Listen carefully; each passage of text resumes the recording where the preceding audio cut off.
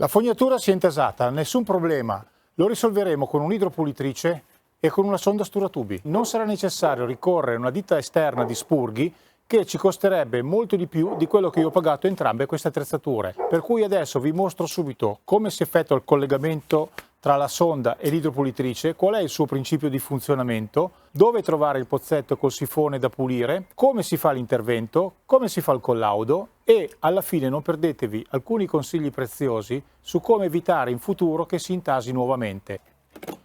La sonda sturatubi si collega alla lancia tramite questo connettore, però qui abbiamo già un problema. Come potete vedere non si innesta. Perché?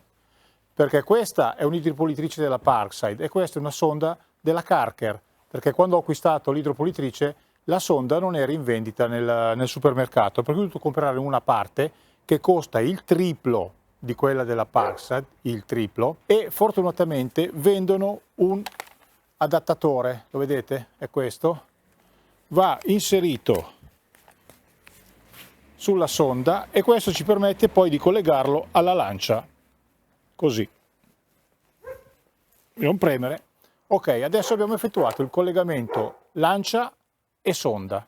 Ogni altro collegamento dell'idropulitrice è il solito, sono quelli di sempre. Il principio di funzionamento della sonda è molto semplice, consiste nello spruzzare dei piccoli getti d'acqua molto potenti all'indietro che permettono di fare avanzare questa testa semisferica. Adesso vi faccio vedere all'interno di un tubo di plastica esattamente come funziona. Prima voglio farvi vedere cosa succede sparando il getto d'acqua all'interno di una bottiglia.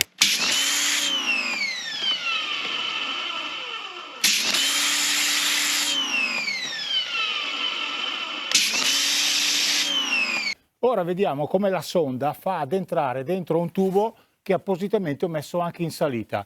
Io la infilo, la lascerò libera e aprirò la lancia. Non tocco nient'altro. Eccola là, è uscita dall'altra parte in un secondo. Il pozzetto di ispezione contenente il sifone di solito si trova nella parte della recinzione più vicino alla strada, dove passa la fognatura principale, quella comunale. È qui che di solito si intasa la fognatura, perché nel collo d'oca si formano dei depositi che col tempo sedimentano fino a ridurre o a occludere completamente il passaggio dell'acqua fognaria. Ora lo scoperchierò e vediamo come si procede allo spurgo. Questo è il pozzetto contenente il sifone. Potete vedere una braga munita di tappo che serve ad ispezionare ed eventualmente a spurgare il tratto che va dalla nostra fognatura, dal nostro pozzetto, fino alla condotta fognaria comunale.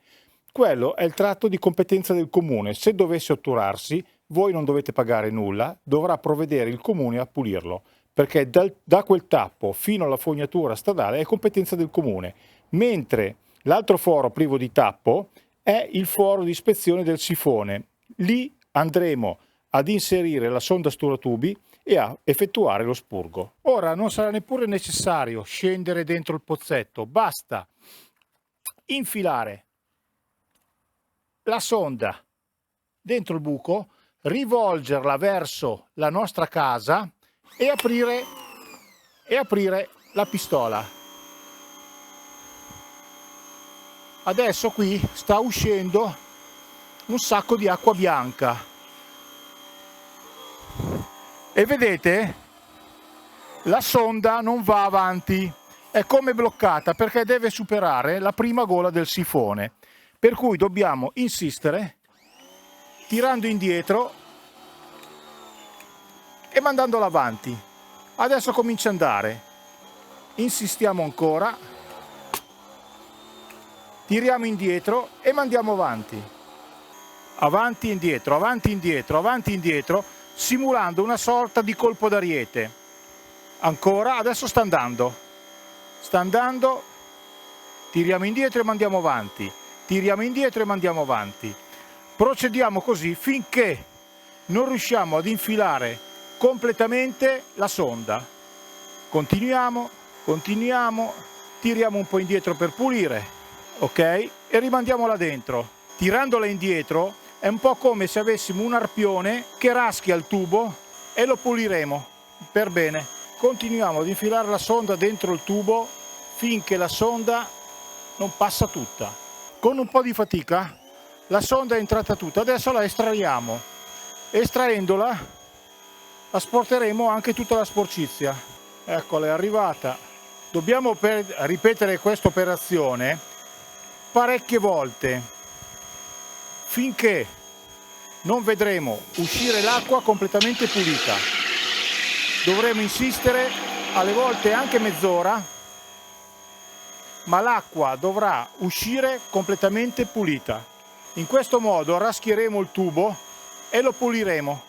Ora, per fare un bel lavoro, toglierò questo coperchio e avrò accesso all'ispezione che ho posto quando ho fatto la casa prima di entrare nell'abitazione. Guarderemo se la condotta è pulita ed eventualmente agiremo anche di qui con la sonda sturatubi per pulire la tratta che va dall'abitazione fino al sifone prima della strada. Ora con un cacciavite tolgo il coperchio di cemento e diamo un'occhiata alla condotta. Devo dire che la condotta è pulita, a parte un po' di deposito bianco sul fondo, ma nulla di che. Per sicurezza comunque darò ancora una bella pulita con la sonda anche da questa parte.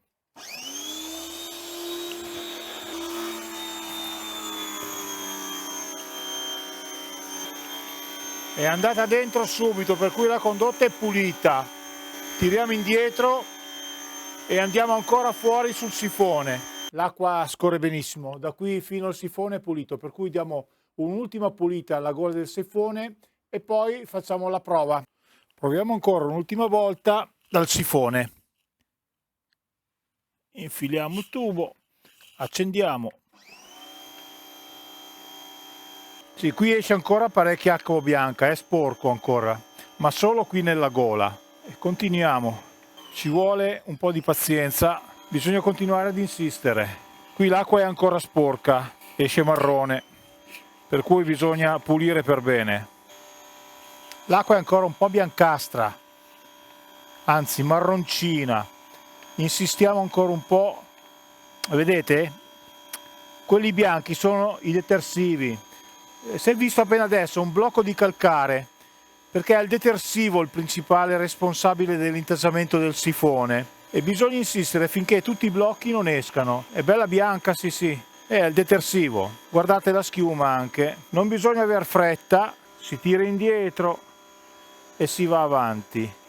Guardiamo, sì, l'acqua è ancora un po' marrone, dobbiamo insistere ancora, ci vuole pazienza.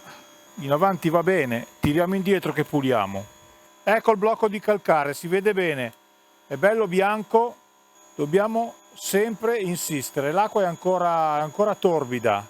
Poi eventualmente metterò la canna dell'acqua nell'ispezione e mi aiuterò da una parte con la canna dell'acqua e da qui con la sonda. Ora ho aperto l'acqua dalla bocchetta di ispezione, così faccio un po' spurgare il sifone, poi proverò ancora con l'idropulitrice. Acqua bianca e ancora calcare. Eccolo, ecco il calcare, ecco lì. Ecco un altro blocco, si vede bene. Ce n'è ancora, bisogna insistere, ci vuole pazienza.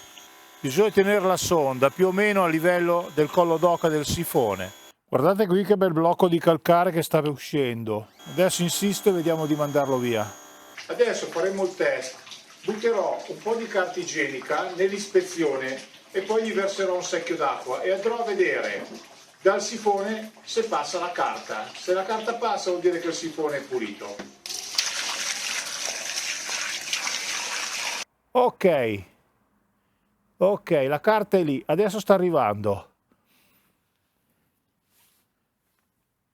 Si sta muovendo, è passata. E passa un altro pezzettino. Sì, la carta è andata via tutta prima, basta. La fognatura è bella pulita. Per pulire la sonda userò semplicemente la lancia dell'idropulitrice. Spruzzerò prima un po' di detersivo.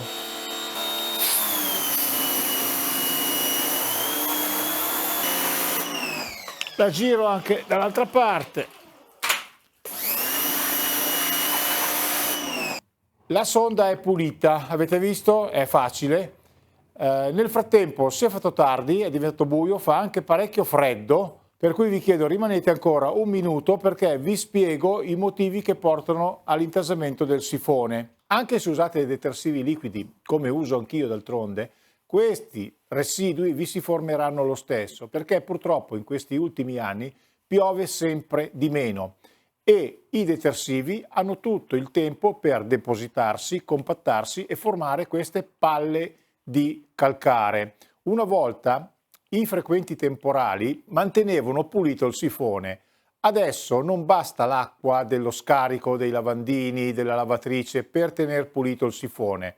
La corrente che provocano è troppo debole, per cui tutte le impurità, tutte le sostanze in sospensione vanno a depositarsi sulla gola, sul collo d'oca del sifone. Un'altra causa di ostruzione delle fognature del sifone sono le sostanze improprie che vuotiamo negli scarichi, perché le carte igieniche sono fatte apposta per questo scopo, mentre ad esempio la carta da cucina, i fazzoletti per il naso hanno all'interno un film plastico, una piccola pellicola per renderli più resistenti, ma questa nell'acqua non si scioglie. Quando arriva nel sifone, se trova già il sifone parzialmente ostruito, vanno a formare un tappo e creano il guaio. Altri fattori che possono causare malfunzionamenti all'impianto fognario sono ad esempio la scarsa pendenza. Una fognatura deve avere una pendenza minima di 1 centimetro ogni metro lineare. Pendenze inferiori non garantiscono un corretto deflusso dell'acqua. Altro fattore può essere la sezione ridotta. Una sezione insufficiente non garantisce, anche in questo caso, un corretto deflusso dell'acqua. Ci sono poi cambi di direzione. Una fognatura dovrebbe avere un percorso più lineare possibile. Praticamente la fognatura ideale è dritta. Se noi inseriamo delle curve, magari anche a gomito, queste frenano anche loro il flusso dell'acqua, per cui in corrispondenza di questi gomiti andrebbero predisposte delle ispezioni che consentono sì di vedere se la fognatura è pulita e anche di intervenire in caso di ostruzione. Un altro elemento che sicuramente è in grado di creare danni alla vostra fognatura è ben evidente all'inizio del video. I più esperti avranno già capito di cosa sto parlando, non ve lo dirò adesso, scrivetelo voi sotto nei commenti, poi vediamo se nessuno indovina, lo scrivo io. Mentre scrivete, se avete trovato interessante questo video, mettete pure un mi piace e se lo avete anche trovato utile, condividetelo pure con amici e conoscenti, ad esempio su WhatsApp. Io vi saluto e ci vediamo alla prossima. Ciao!